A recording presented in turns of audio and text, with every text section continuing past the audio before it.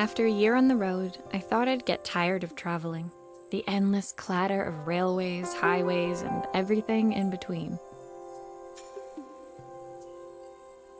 But as my train pulled into the station at Bellariva, I felt every bit as excited as the first day of my journey. A whole year. It felt like a lifetime. The places I'd seen, the people I'd met, of course, the forgotten treasures I'd given a new lease of life along the way. I'm a restorer by trade. Bringing our most beloved possessions back to life is what I love to do. I'd been traveling for months, working my way from one town to the next, fixing everything from family heirlooms to VCRs. Bellariva was my chance to take a break. Unfortunately, that would have to wait until after I'd unpacked.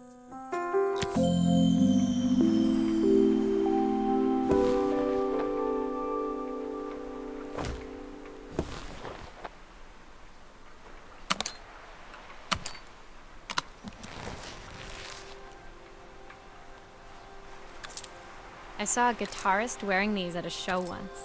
Rock and roll repairwoman, at your service. My passport. Not many blank pages left now. The tools of my trade. No hope of restoring things without these. My favorite overalls. These will never go out of style.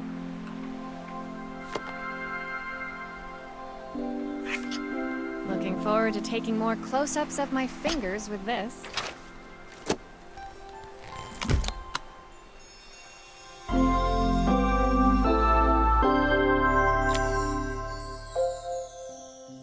Finally, I'd made it to Bellariva. I'd come for the food festival, taking place in a few days' time. After living off TV dinners and instant ramen for the last few months, I was craving a decent meal. Of course, I'd need to earn enough money to pay for it, so I figured I'd head out the next day and find some work. My parents never wanted me to go. They wanted me to stay in their shop and have a simple, stationary life. I knew there was a world out there, beyond the four walls of our antique store, that I had to be a part of. I daydreamed constantly about the weird and wonderful places each of our antiques came from. I loved figuring out their stories, revealing the memories hidden beneath the screws and wires. My story in Bellariva began with a little girl, and a voice she was longing to hear.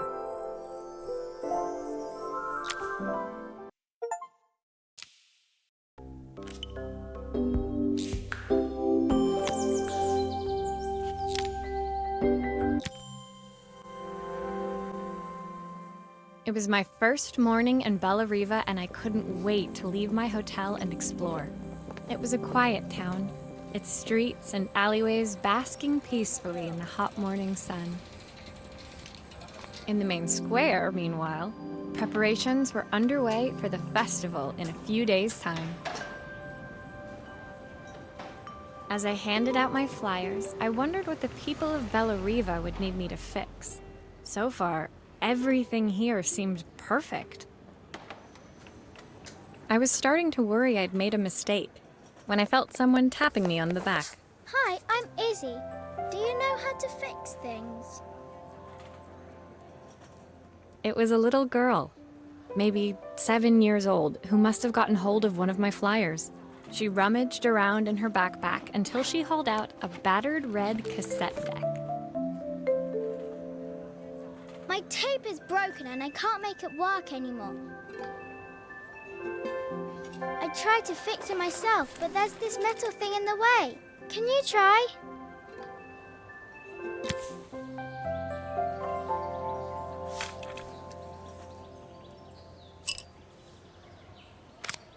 Why did you do that?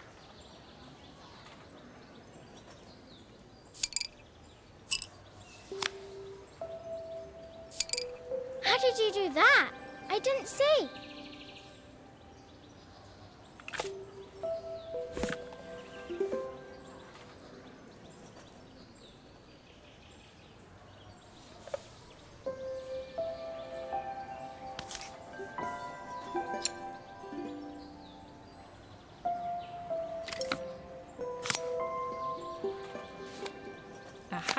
Those batteries look like they need replacing. Luckily, I have some spares.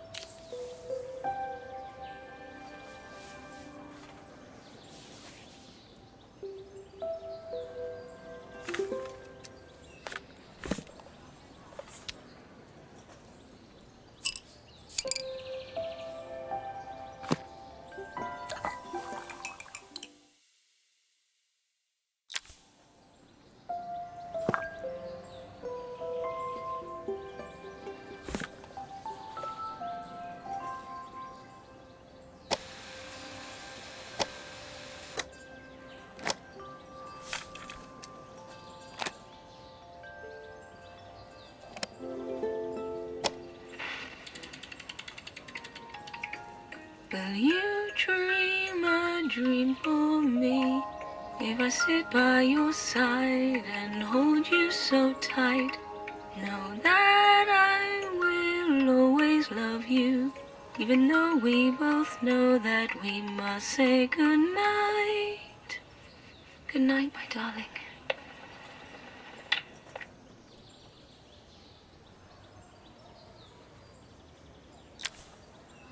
When it finished, Izzy picked up the tape deck and tucked it carefully into her backpack. Thanks, Maria. You're the best person at fixing things ever. No problem. Who was that singing? They're very good. It's my mum. She's not here anymore. Izzy trailed off. It was the kind of silence a cassette tape would never be enough to fill. When Izzy's friends called for her, she dug deep into her pockets, looking for something to pay me with. Eventually, she produced a grand total of a stick of gum, 3 mismatched buttons, and a yo-yo. I usually preferred a check, but Izzy looked so serious, I wrote out a full receipt. She seemed like a happy kid, but beneath it all, part of her life had been shattered. A part I wouldn't be able to fix.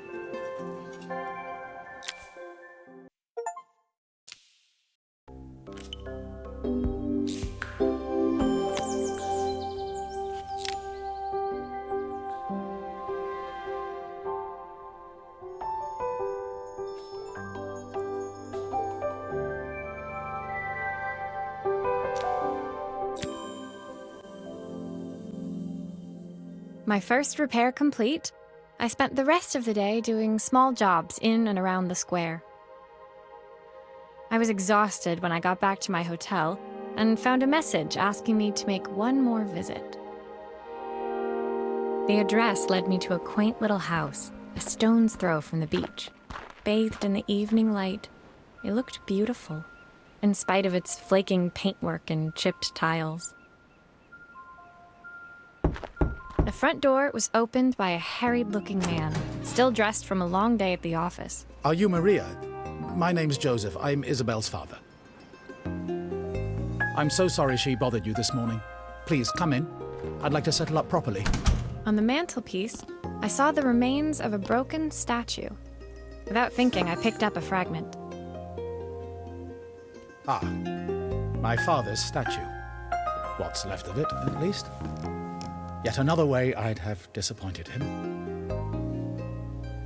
It survived 100 years in this family. But 5 minutes with Isabel and... Do you think you can salvage it?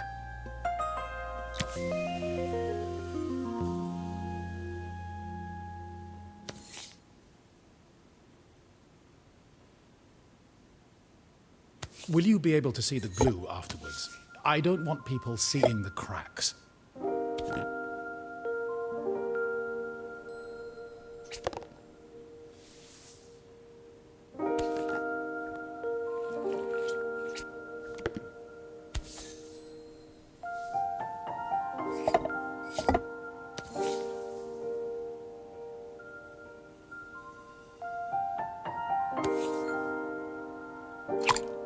Sometimes I think my daughter should come with a warning label.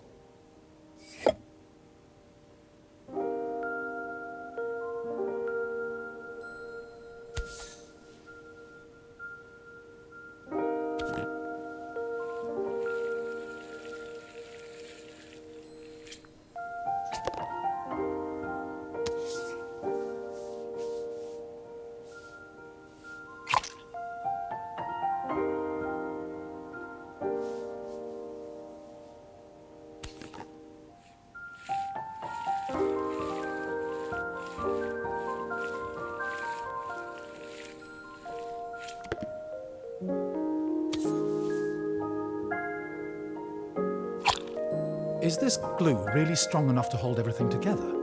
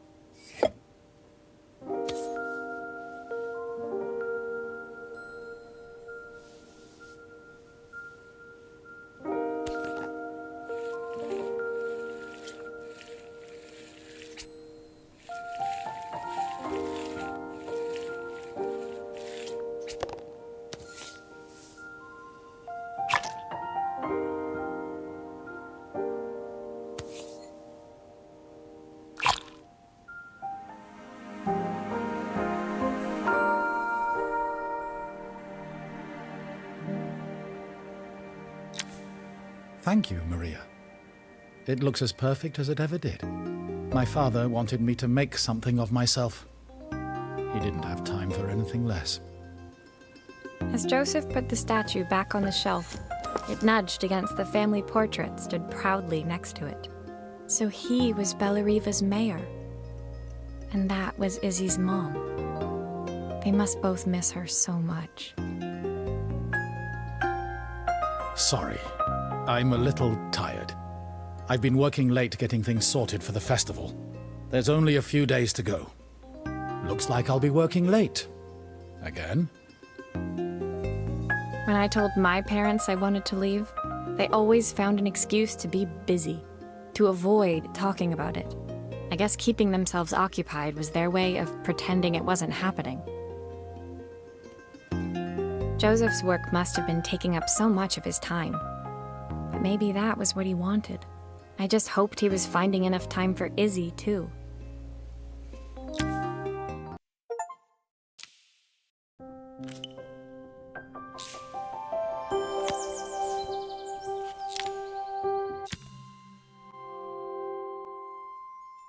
My second day in Bellariva dawned bright and clear. Another beautiful sunny morning.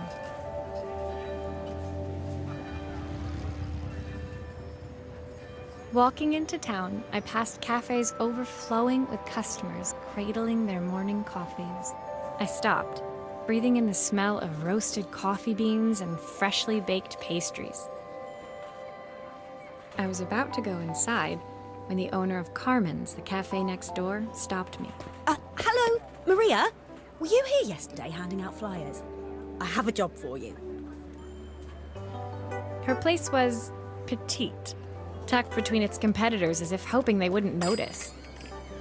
Judging by the empty tables inside, though, her potential customers hadn't noticed it either. It's a bit slow today, but we're just getting started. I'm sure it'll pick up soon. As Carmen chatted, she walked over to the counter and returned with an old rotary phone. At least I've got plenty of time to practice my recipe for the festival. It's a new special I've been working on. I was hoping to call my sister for some, seasoning tips, but it won't connect. Can you see if you can figure out what's wrong?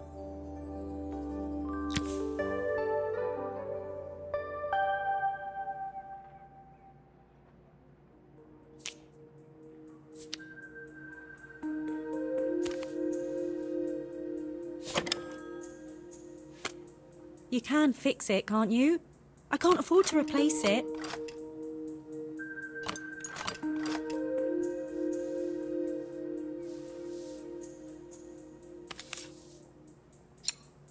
Obviously, we'd normally be much busier than this.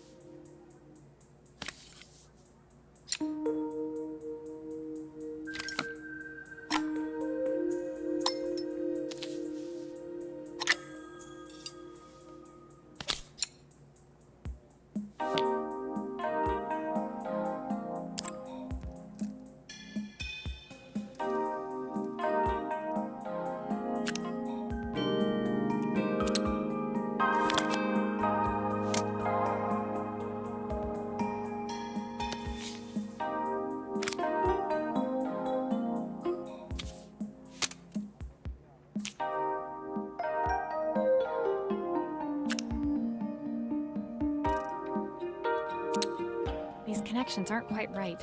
I should check the wiring.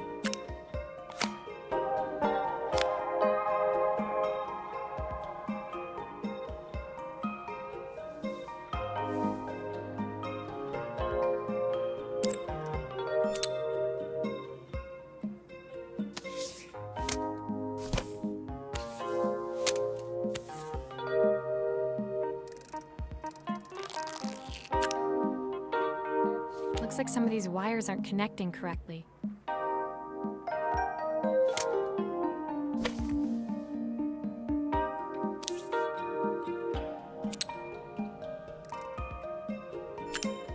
Looks like this new circuit board is all hooked up.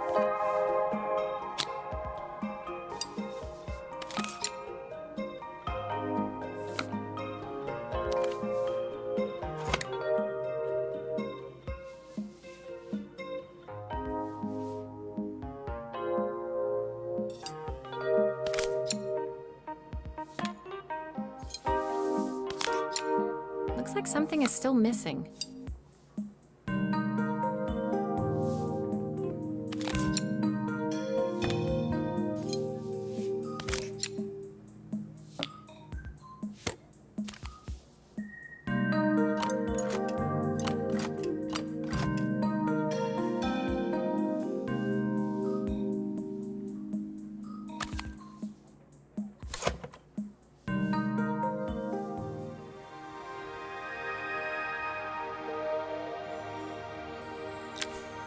When I handed the phone back to Carmen, she seemed almost reluctant to take it from me. So it's all working now, is it? I don't have to leave it to dry or let it cool down? Nope, it's ready to go. It'll be ringing off the hook in no time. That's if I can pay my phone bill, anyway. And the rent, and the suppliers. Anyway, take a seat and I'll be right with you. Your coffee's on the house. I sat at one of the empty tables, while at the counter, Carmen had started dialing the phone. Hello! How's my favourite sister doing today? As she talked, Carmen became more and more tense. This didn't seem like a call for some cooking advice. I know I still owe you from last time, but I can't afford to take part in the festival if I don't pay. I could almost feel the eye roll at the other end of the line. You don't need to be here, though. Can't you just put the check in the post?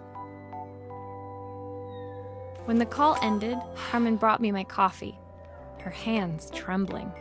Sorry about that. My sister's decided to fly in for a visit. Oh God, I have to get ready. Actually, I might have another job for you. Can you come by tomorrow?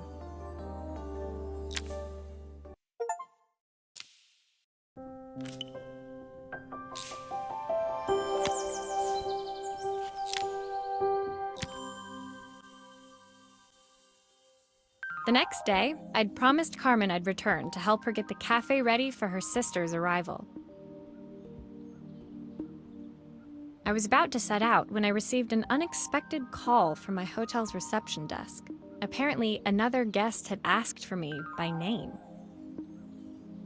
Curious, I took the creaking elevator up to the top floor and made my way to the room number they'd given. I knocked. Are you here about the camera? It's about time. The woman in front of me was immaculate. Not a hair out of place or a crease to be seen. My sister tells me you know how to fix things. I'd usually go to an expert, of course, but in this town... So this was Carmen's sister? The two of them couldn't have been more different. Inside her room, I saw a beautiful reflex camera. Any professional photographer's dream. The viewfinder is completely dark. I can't see anything through it at all. I assume you can figure out what's wrong?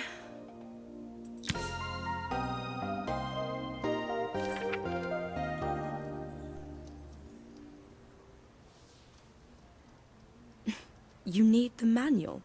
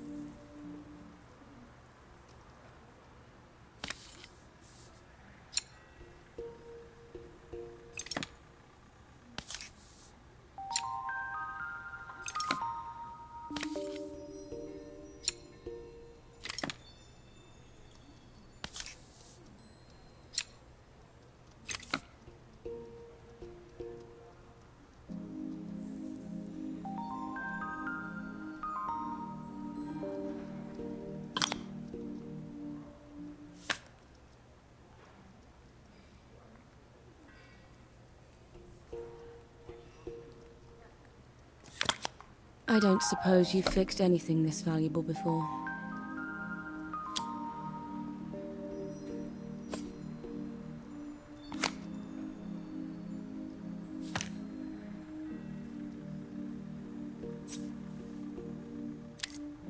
If I used the screwdriver, I could adjust the angle of the mirror.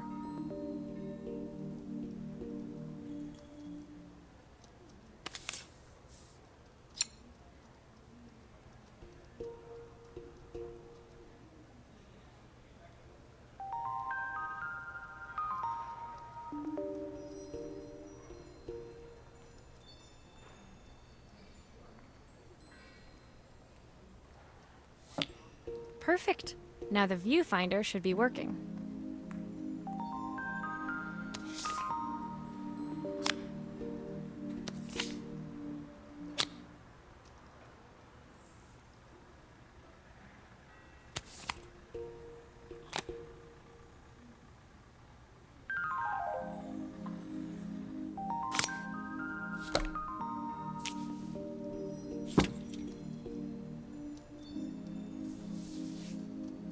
There's still a part I need to attach. Where does it go?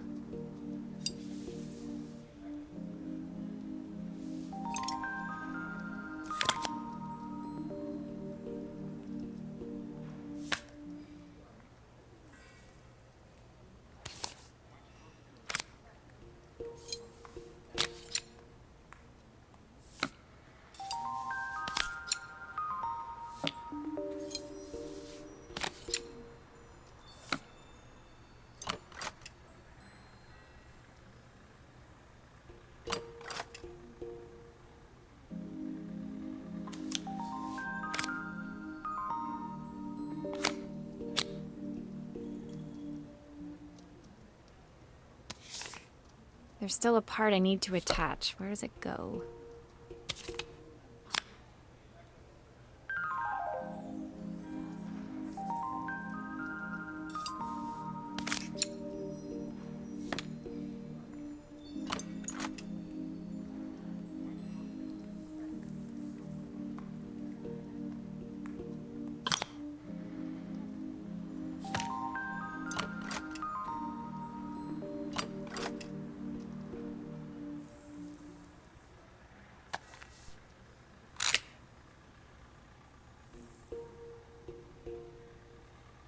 Looks like something is still missing.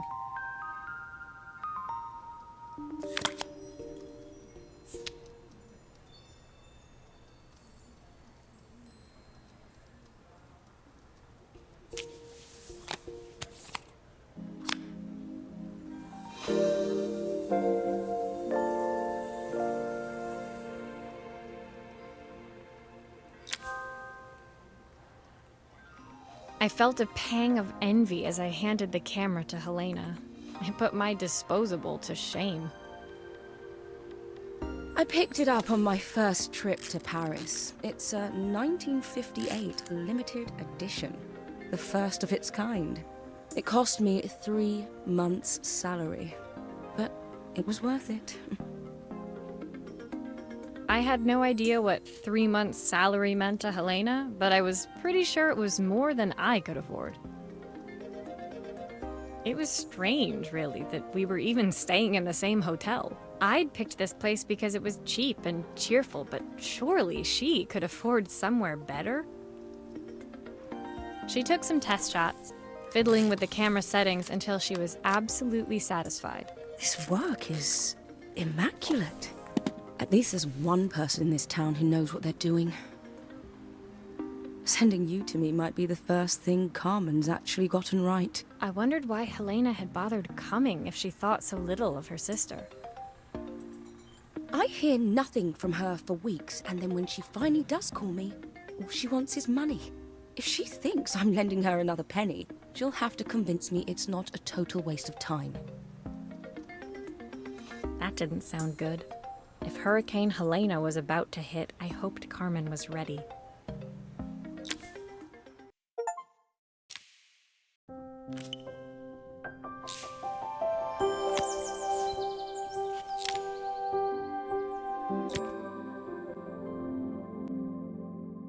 The sun was setting over Bellariva by the time I reached Carmen's cafe.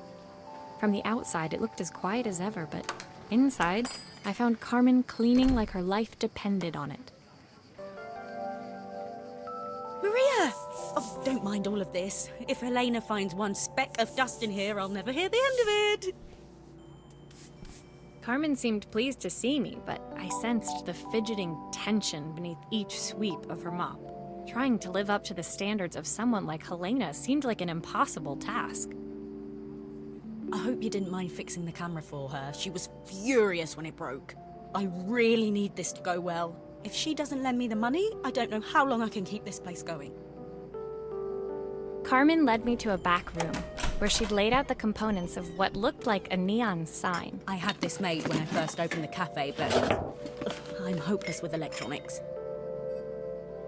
So there was supposed to be a sign outside.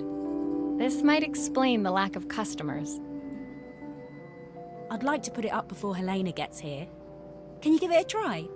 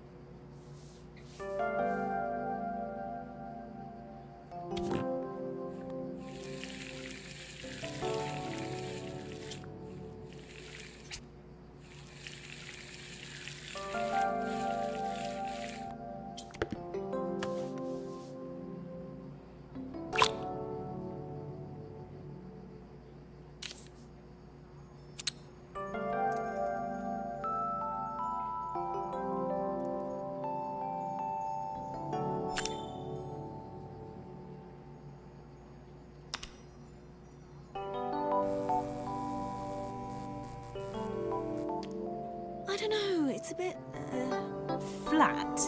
Maybe if it flashes, it'll really catch people's eye. Great idea. I think I have a spare part that could do that.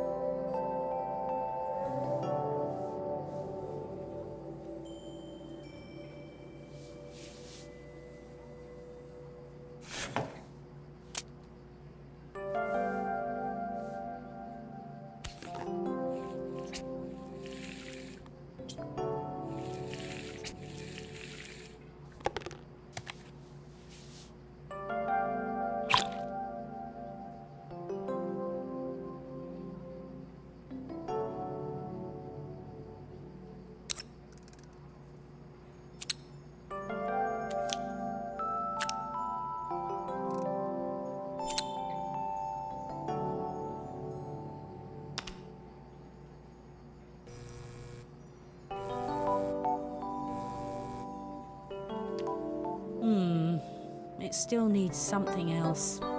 Maybe we can add one of these.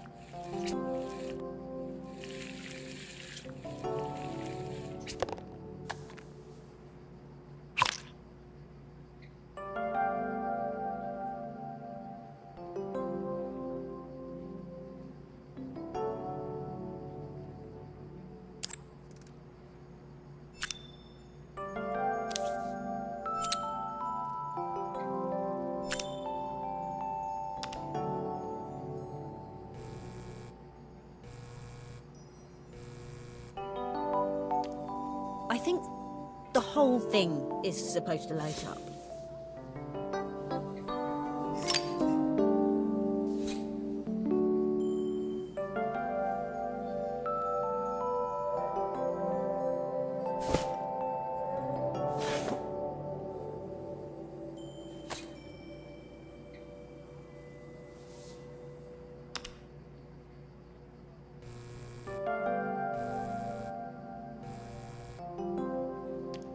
It works!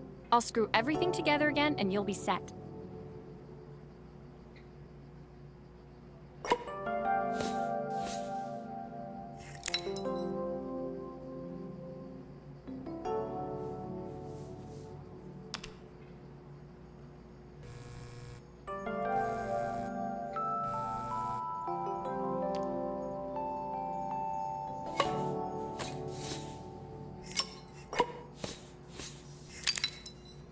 Looks like something is still missing.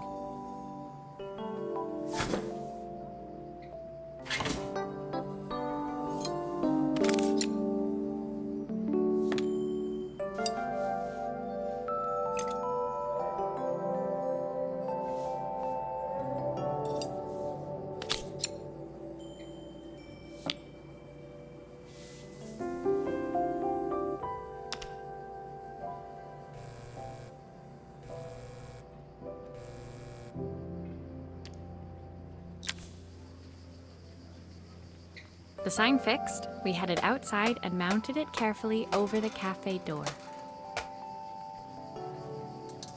Oh, that's perfect, Maria. It looks just how I imagined it.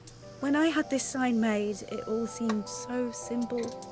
Oh, I can't believe I might have to give it all up. I hope I've done enough. The smile froze on her face as she spotted something over my shoulder. I turned to see. Of course, my sister owns the only cafe in this entire town that isn't actually open. For better or worse, Helena had arrived.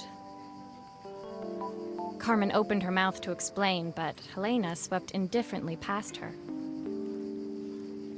Finally pausing in the doorway, she turned back towards Carmen. The first thing we're doing is getting rid of that hideous sign. And with that, she disappeared inside. I hoped Carmen's chances of saving the cafe hadn't disappeared with her.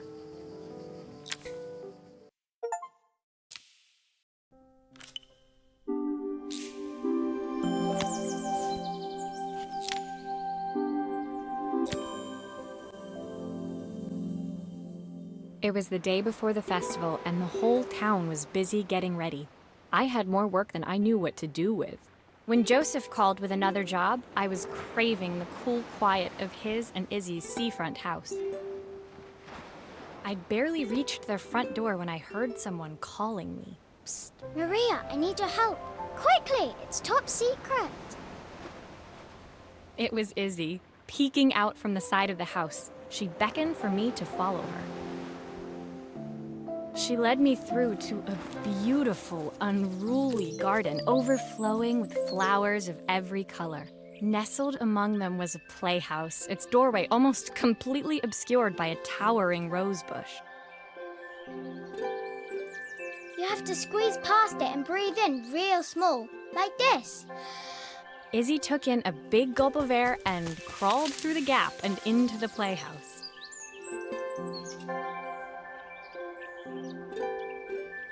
I hadn't planned on crawling in the dirt today, but the life of a repairwoman never did run smooth. On the table inside, there was an electronic toy. Not exactly the usual stock in my parents' antique shop. I had an accident. I didn't do it on purpose or anything, but it won't turn on anymore. Can you fix it for me?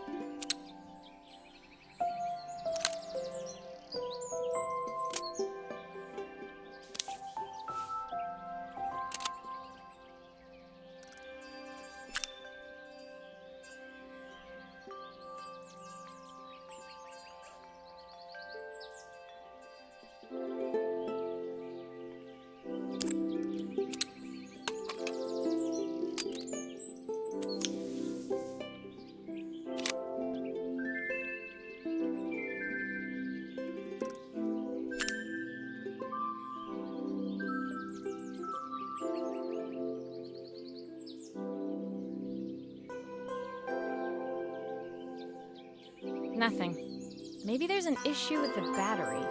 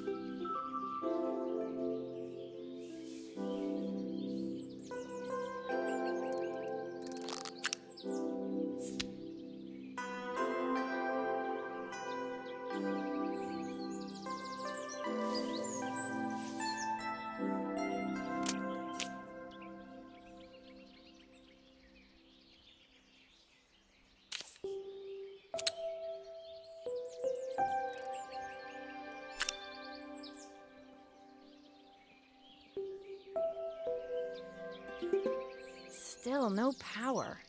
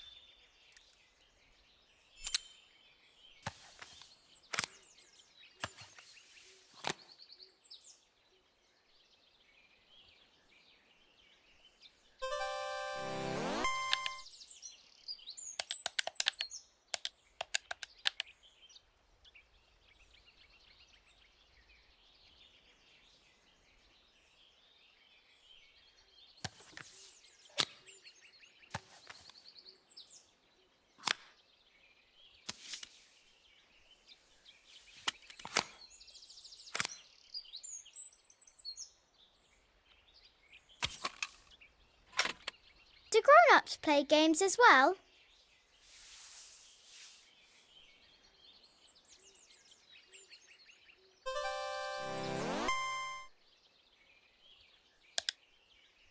Can you show me how to play? I tried before, but it was so hard.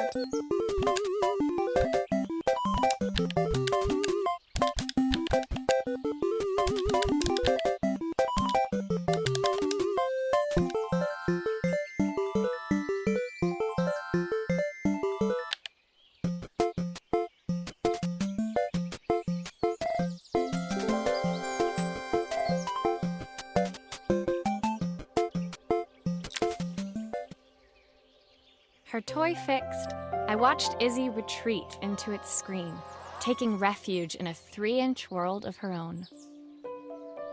Well, I'd better head inside. Your dad is waiting for me. Please don't tell him about the game. He'll think I broke it on purpose. Why would he think that? Because, well, I kind of dropped it really hard at the wall. Izzy looked down, scuffing her shoes on the worn floor of the playhouse. My dad said I had to go to this stupid festival tomorrow and put on a stupid dress, and I don't want to. All he cares about is working. He never wants to see me unless it's for his job. I'm not going. He can't make me. With that, Izzy dove back through the rosebush and disappeared into the wilds of the garden. She was so young. She couldn't be expected to see that her dad was struggling too. It made me think, had I really tried hard enough to understand my parents' point of view? I was so focused on the adventures ahead of me. Maybe I didn't care enough about leaving them behind.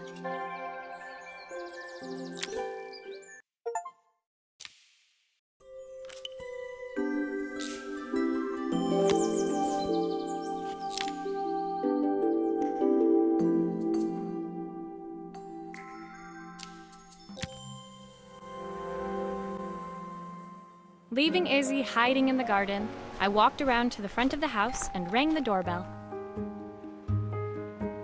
It was only then I noticed my favorite overalls covered in grass stains. I scrubbed desperately, but it was too late. Maria, what are you doing? What happened to your clothes? I was, repairing a lawnmower. How unusual. Well, do come in. The job I've got for you is a little more delicate. Totally embarrassed, I walked into an orderly room filled with papers and ledgers. So this was his office. You must be so busy getting ready for the festival. Are you looking forward to it? Of course. It's traditional for the mayor to judge food from every cafe and restaurant in town. I'll be declaring the best chef in Bellariva by this time tomorrow. Speaking of which... He unclipped the watch from his wrist and very carefully handed it to me. I'll have a tight schedule to follow, but my watch stopped working a while ago. Could you see if you can make it tick again?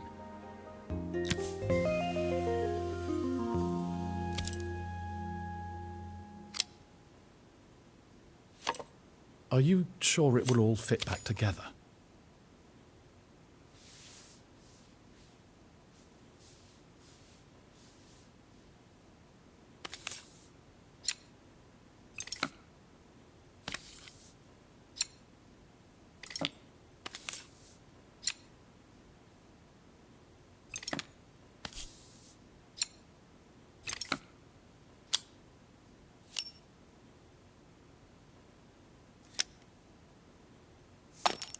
Ah, the main plate has completely cracked. I'll need to replace it. The cogs look good, though. If I'm careful, I can reuse those.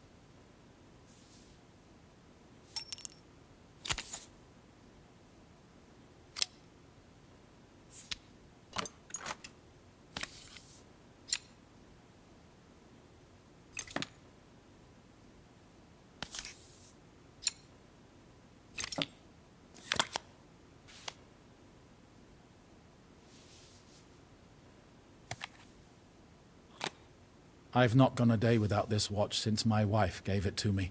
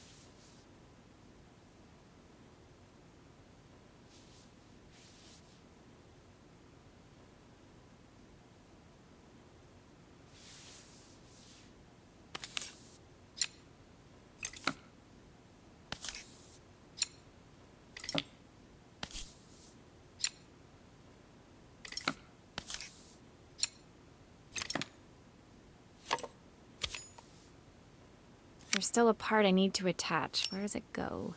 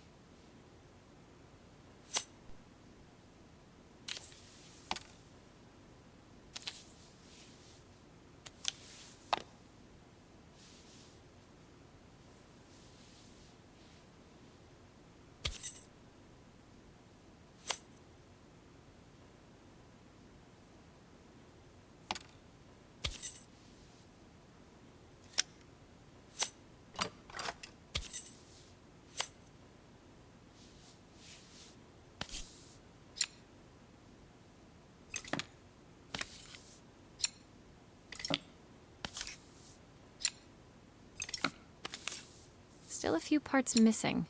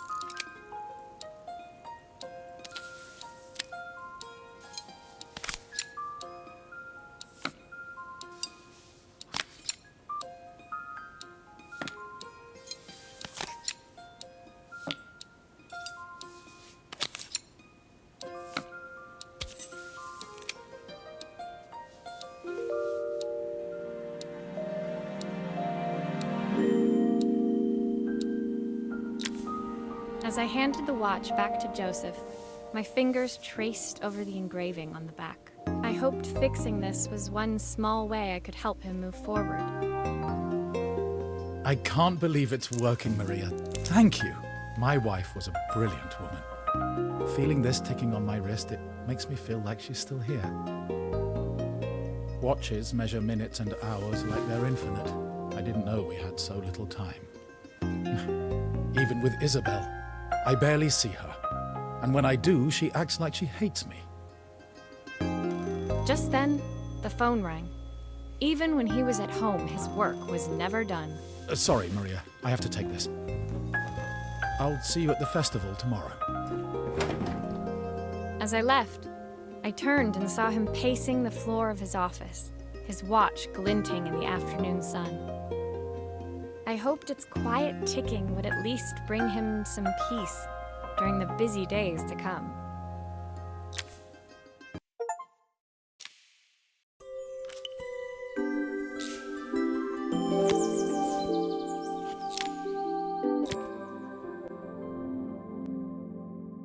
When my last job of the day brought me to Carmen's apartment, the door was opened by someone I didn't expect to see, Helena. Sorry for inflicting this mess on you. Carmen's never seen a knick-knack she doesn't want to buy, apparently. Carmen's apartment was a little chaotic, but totally charming. It was easy to imagine her living in a place like this. It definitely wasn't Helena's style. She seemed more upmarket than flea market. I wondered why she was even here. We're having a clear-out, or at least I am. Carmen's not helping, as usual. There's a market at the festival tomorrow. I'm selling some of these things to make her some money. She says she has nothing when there's all this stuff right under her nose. Helena stepped delicately past the items on the floor and reached down to pick up one from the pile. Look at this slide projector. Our parents treasured it, but Carmen treats it like a piece of junk. Can you take a look?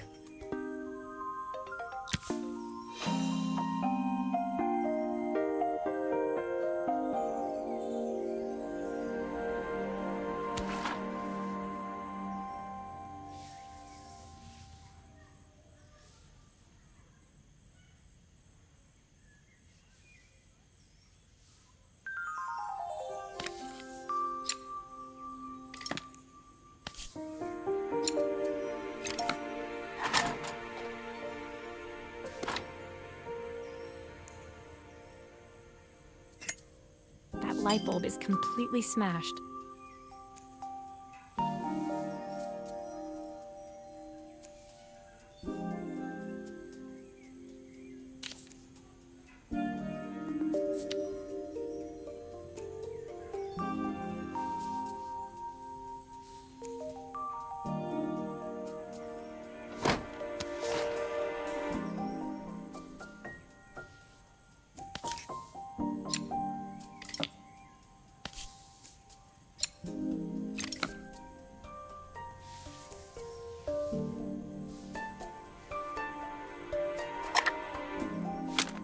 Oh, typical. Carmen's even managed to get a slide stuck in here.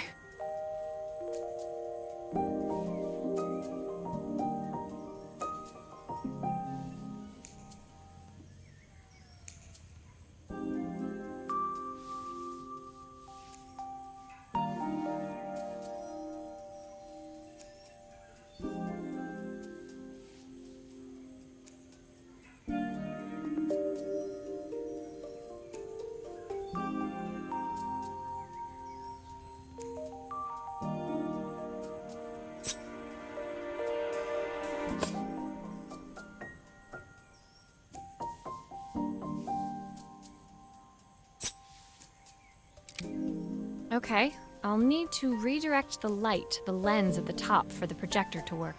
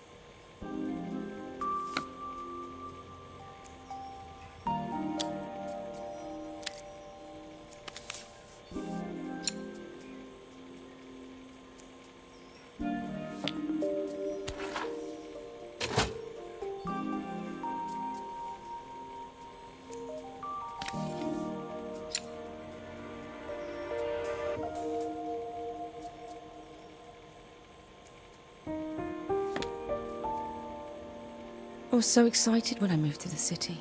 Carmen, she looks so sad.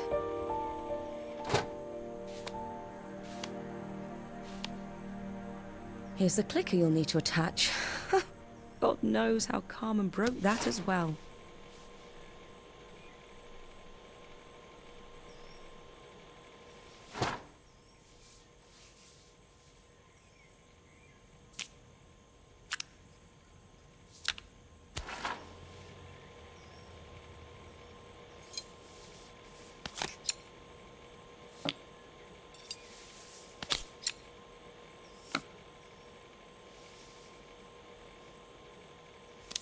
There's still a part I need to attach. Where does it go?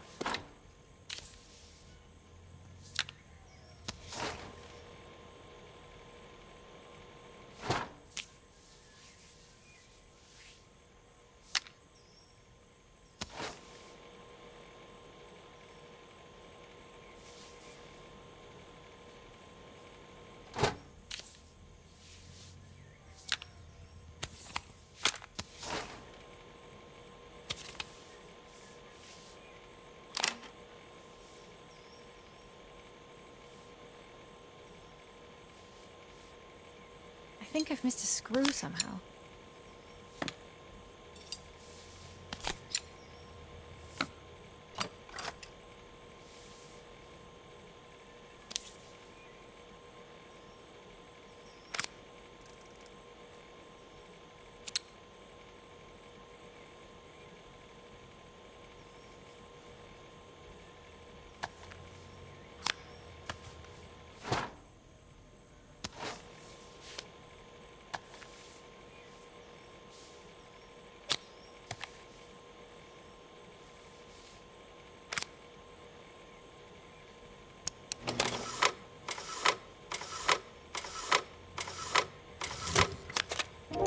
When we were younger, Carmen was always following me around.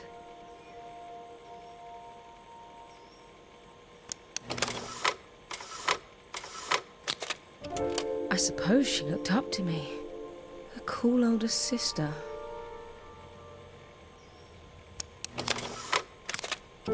She used to ask me when I was coming home, but I was always too busy.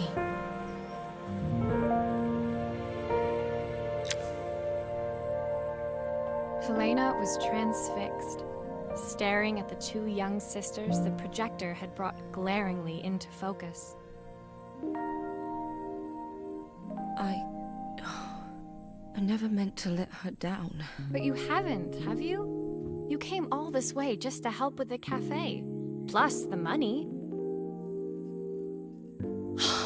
That's the problem. There is no money. I lost my job a few months ago. My savings are almost gone. I have nothing.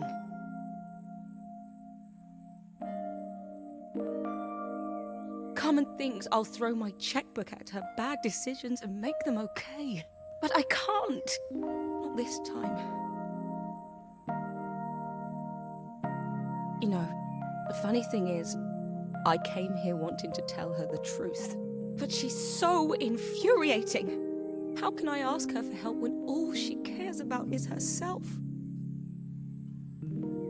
Helena fell silent, shrinking under the gaze of her younger self, projected onto the wall. We drifted so far apart when I moved away. It felt like the only thing keeping us together was my bank balance. I know I have to tell her the truth. It isn't fair. But I already lost everything else. What if I lose her too?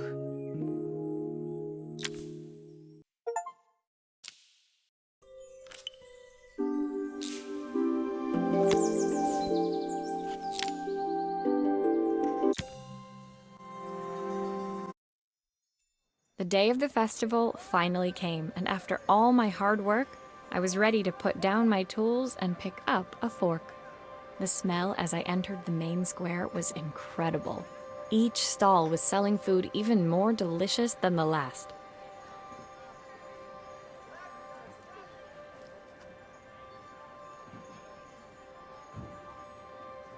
The competition would start any minute. Most stall holders were waiting anxiously for the mayor to pay them a visit. All of them, that was, except Carmen, who was still frantically chopping vegetables and stirring pots. Maria! Thank God you're here. Can I ask you the world's biggest favour? Helena was supposed to help me run the stall today, but she never turned up. Probably too ashamed to show her face. I can't believe she lied to me. Carmen was stirring so furiously she was in danger of tipping the pot over altogether. The mayor will be here any minute for the judging, but I'm almost out of my special. She wasn't really going to ask me, was she? Not on my day off. I have a stove ready to build and everything. Can you set it up and make me a spare batch?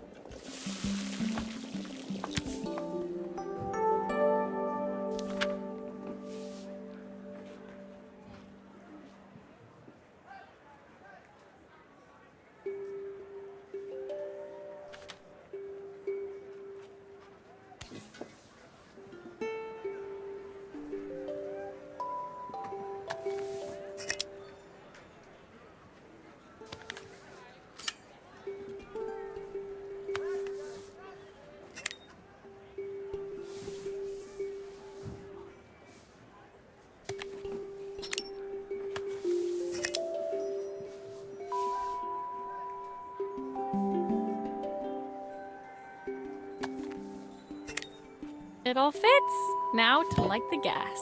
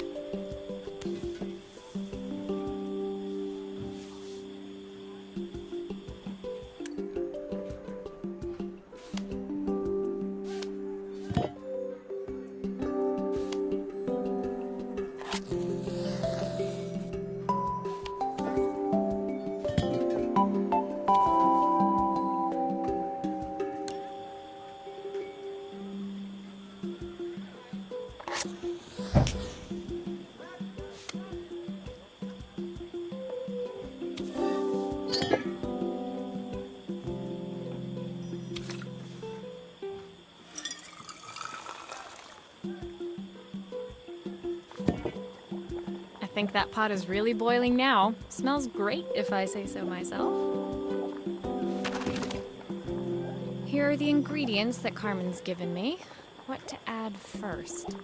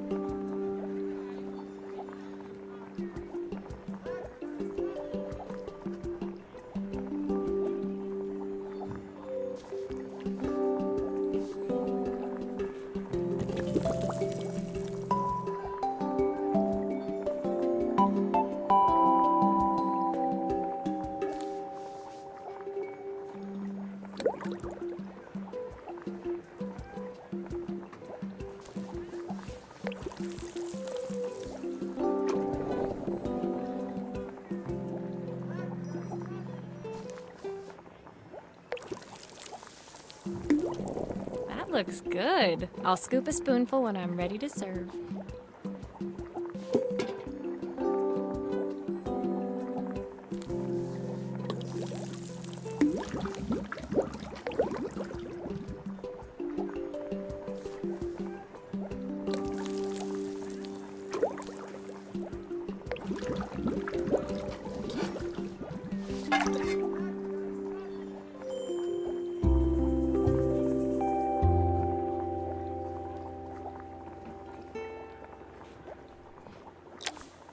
My part done, Carmen took over and added the finishing touches.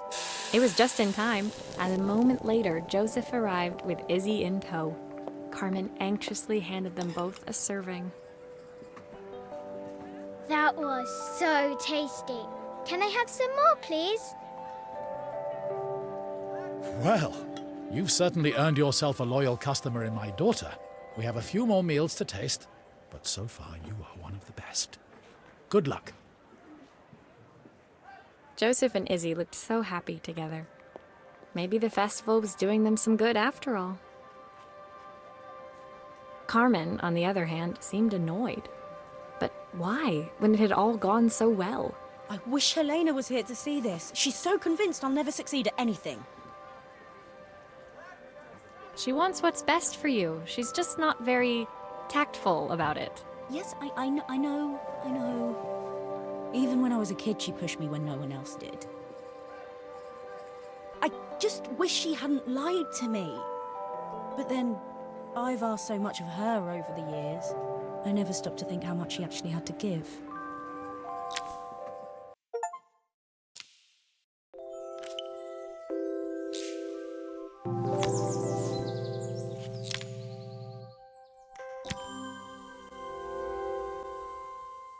The festival finished.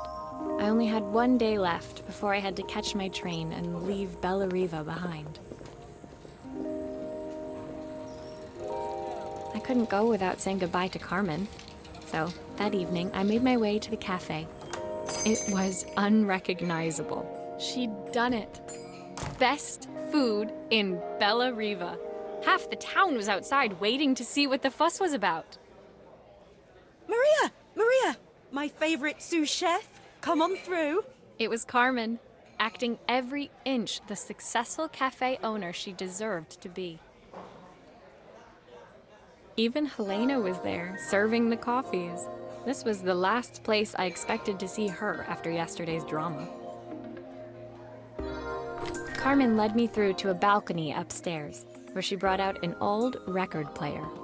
I found out where Helena was on the day of the festival. She was selling her camera to clear the cafe's debts. But then she didn't have much left for herself. So, I've asked her to come and stay with me for a while. We have a lot of catching up to do. I wanted to give her this, to cheer her up. We listened to it all the time when we were kids. Do you think it has one last tune in it?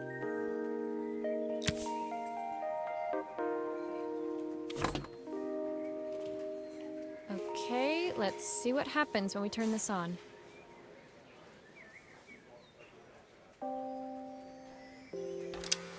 The speaker isn't connected properly.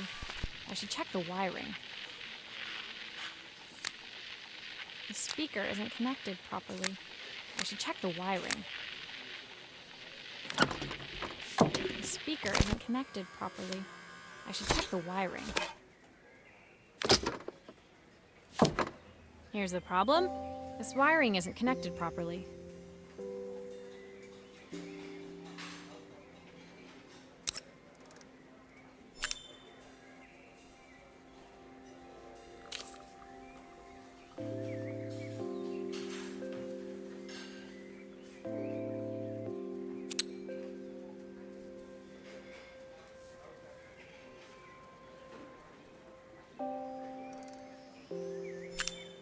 If I turn the volume up, I should be able to hear it now.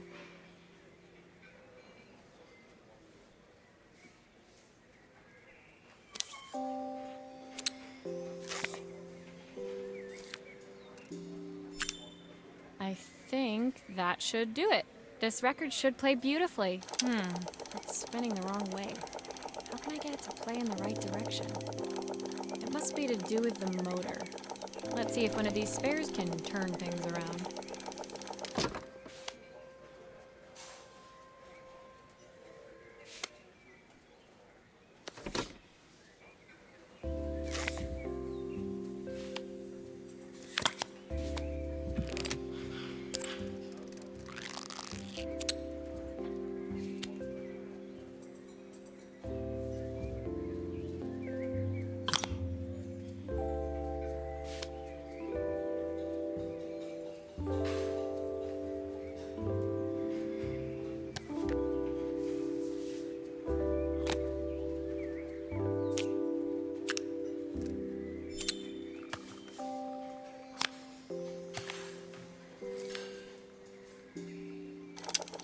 Well, it's playing in the right direction. I should check it's turning at the correct speed.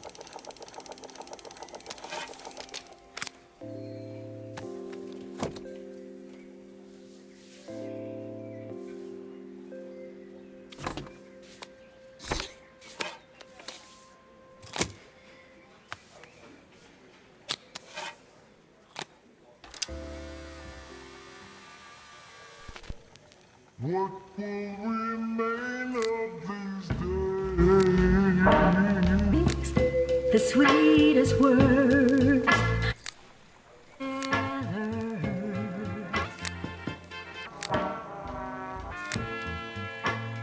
what will remain of the smiles, the ones that stole my heart that day?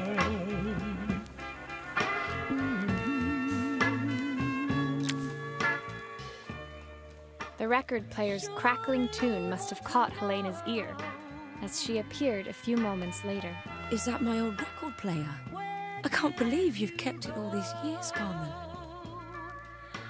Leaning over the music, they looked just like the young sisters the slide projector had preserved all these years, inseparable once again.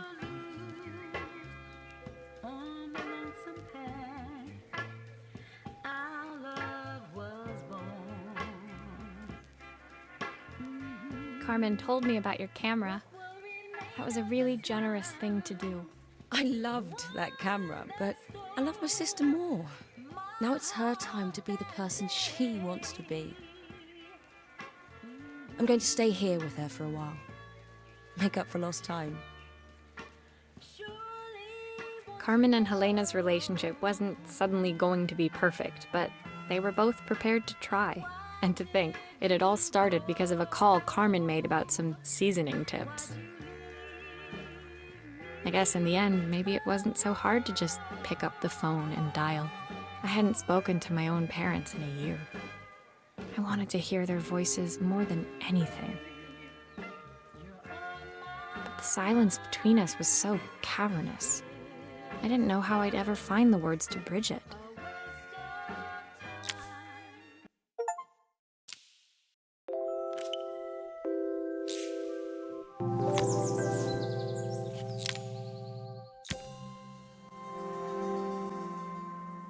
My final morning in Bellariva, I received one last call out to Joseph and Izzy's house.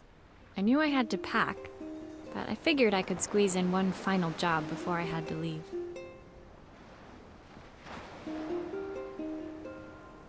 When I arrived, I found Joseph tidying up his wilderness of a garden. The playhouse was already cleared. Inside, I could see Izzy happily testing out her screw-driving skills on the back of her cassette deck. You've made quite the impression. Izzy, tells me she's going to be a repairwoman like Maria.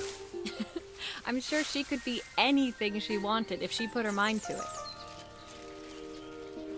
She could. She's a brilliant child. Spending the day with her at the festival, I haven't had so much fun in ages. I wanted to give her something before she starts to forget. Inside, the house was transformed, flooded with light and the sounds of the garden. It felt alive again. This would be my last repair in Bellariva, but it felt like it was the house that had really been restored. It's a music box. It used to play beautifully, but now when I wind it up, nothing happens. I'd love for Izzy to hear it sing again. Can you help?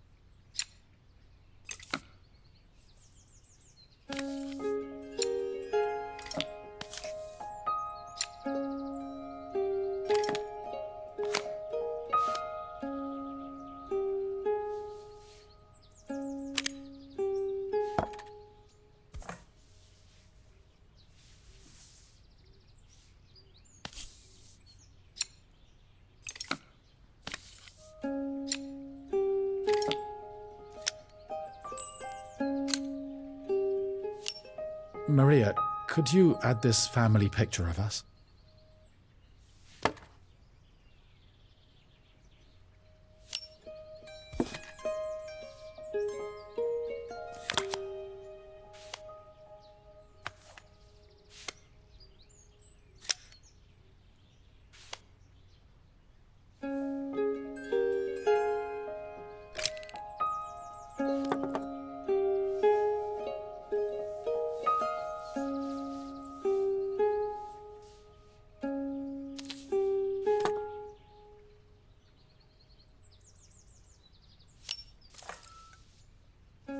This mechanism is completely broken. I'll need to take it all apart before I can fix it.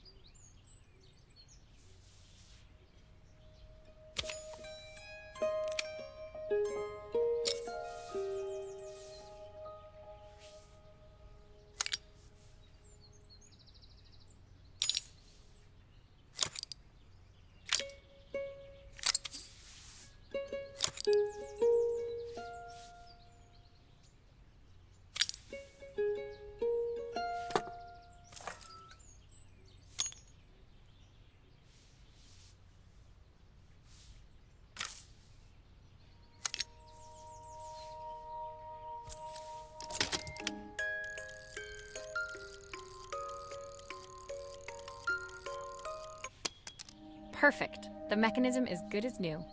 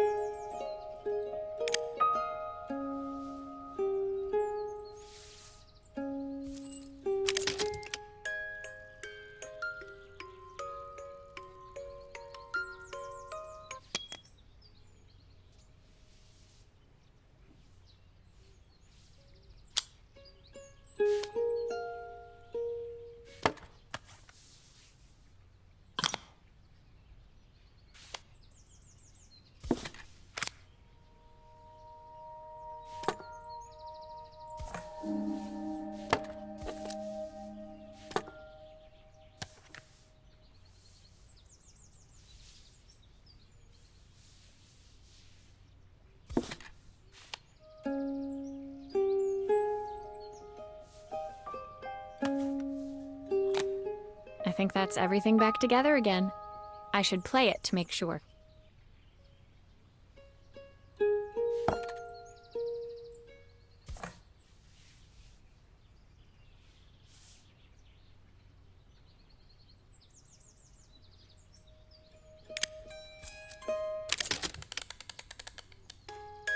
My wife used to sing this song to Izzy each night before bed, but I always worked too late to join them. Will you dream a dream for me if I sit by your side and hold you so tight? Know that I will always love you, even though we both know that we must say goodnight.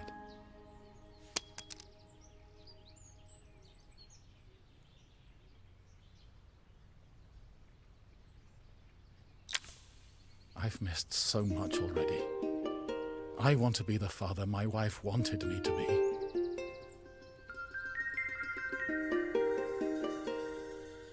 I've ended up so much like my own father, working all the time. Izzy needs me more than that, especially now it's just the two of us. My daughter comes first.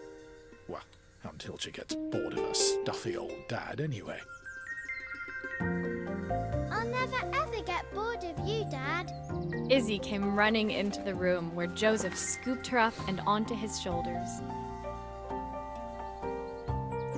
She gazed at the music box, her eyes shining. I'd never seen her look so happy.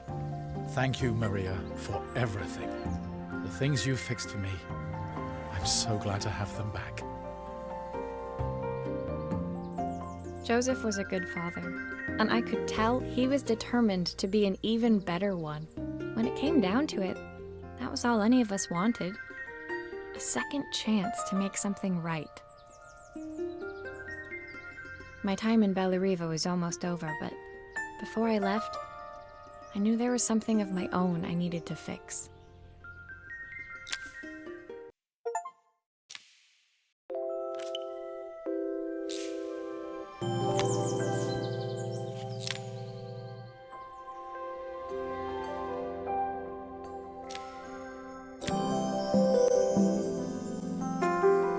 My time in Bellariva was almost at an end. Another chapter finished in a story whose ending I hadn't felt ready to write. The people I'd met, the items I'd restored, they'd taught me so much about what was really important. Pulling out my suitcase from beneath the bed, I remembered the day I stole it from my parents' shop, the day I left. Afterwards, I was too ashamed to call them, to apologize. It was a guilt I'd been carrying around every day since.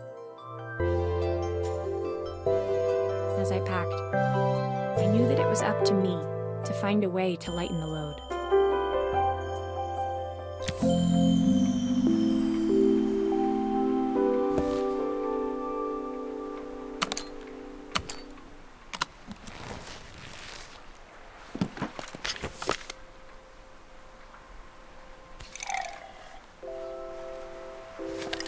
Izzy gave me this in exchange for my repair manual.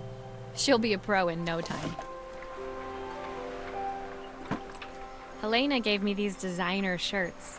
Not sure I'll pull them off as well as she does.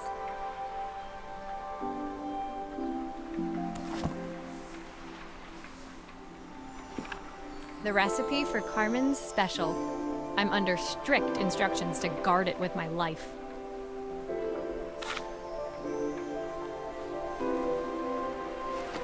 My parents would love Bellariva. Maybe I can convince them to make the trip.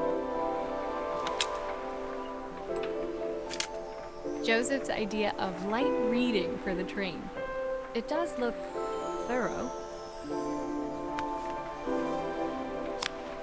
The soundtrack to my travels. I'll be listening to this on the journey.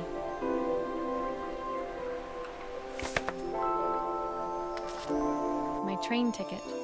I can't believe it's time to leave Bellariva behind.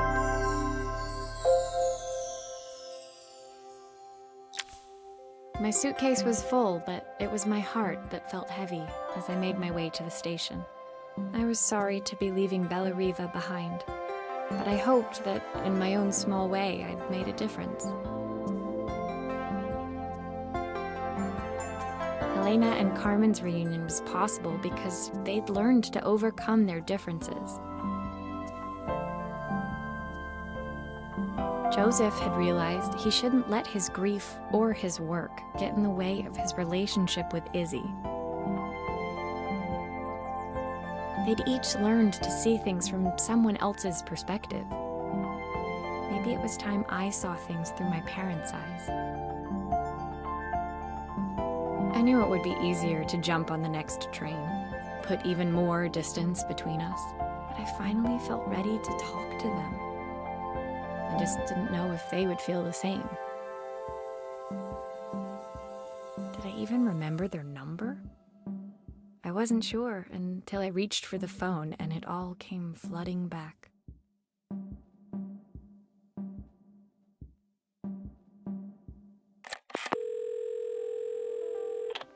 Mom? Dad? Maria? Is that you?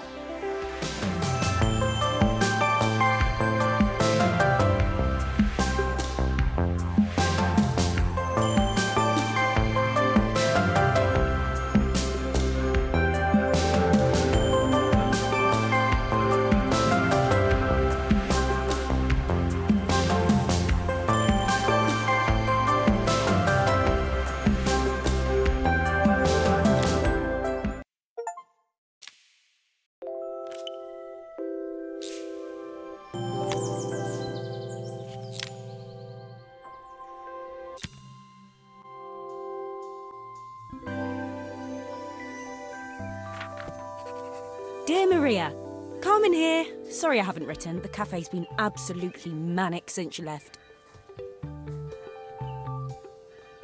Luckily, I have Helena here to help. You wouldn't recognise her. She's like a new woman. She's always running round, taking orders and making drinks. I even heard her compliment a customer on their outfit.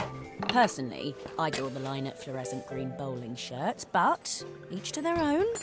It certainly made the customer smile. She misses the city, though. Bellariva's many things, but it's definitely not as chic as she'd like. She said there was a coffee shop near her old apartment where they made coffee with a shape drawn on top. It got me thinking, I'm an award-winning chef. I can figure out how to put a leaf on a cappuccino. A bit of cosmopolitan coffee might be just what Helena needs. Of course, ordering a new coffee machine was the easy part. I wish you could have seen the mess I got into trying to put the thing together.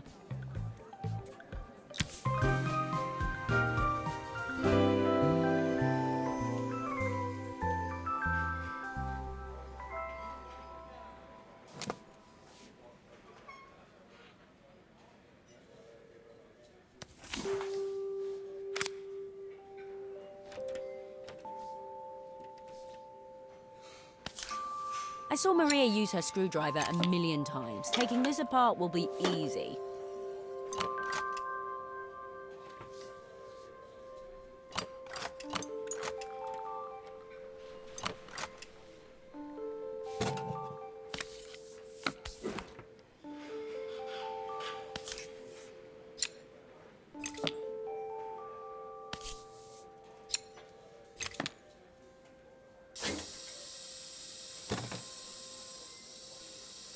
These pipes look pretty simple. I should start with them.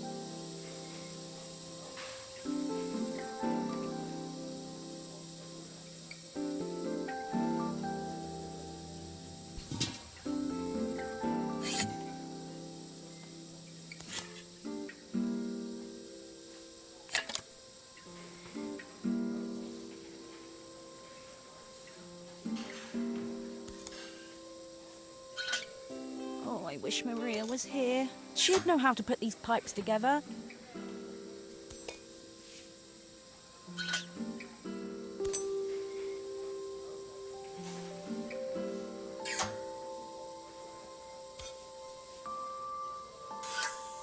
How can there be so much steam? Ugh, I'm getting soaked.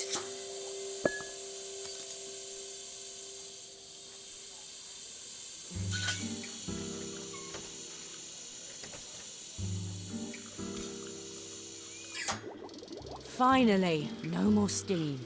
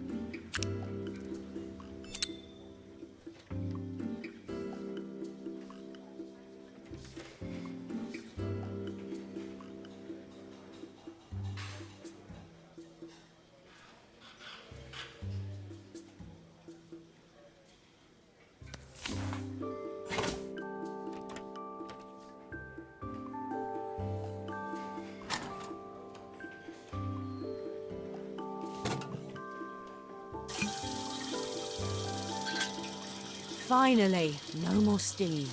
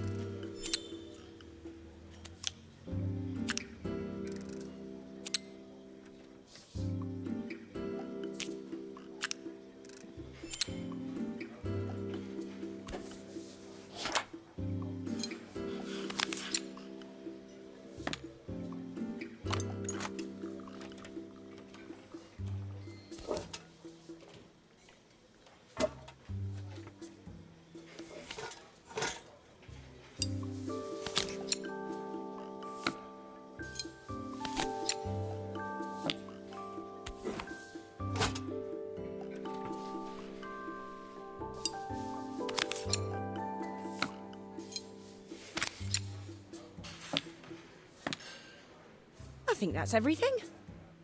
Better test the buttons, just to make sure.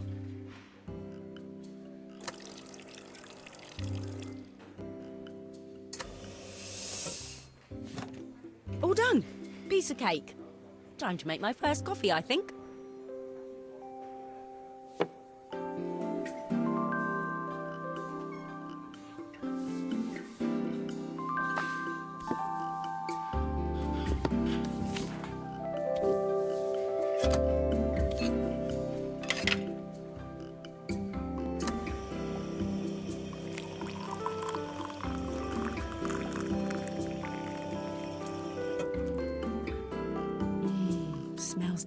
gorgeous.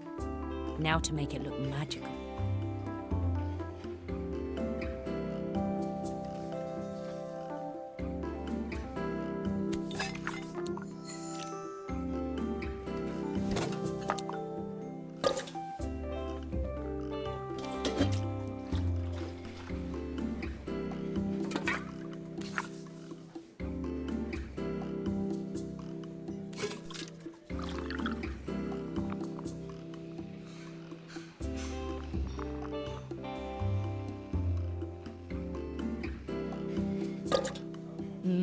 A perfect coffee. All it needs is a saucer and a couple of Helena's favourite biscuits.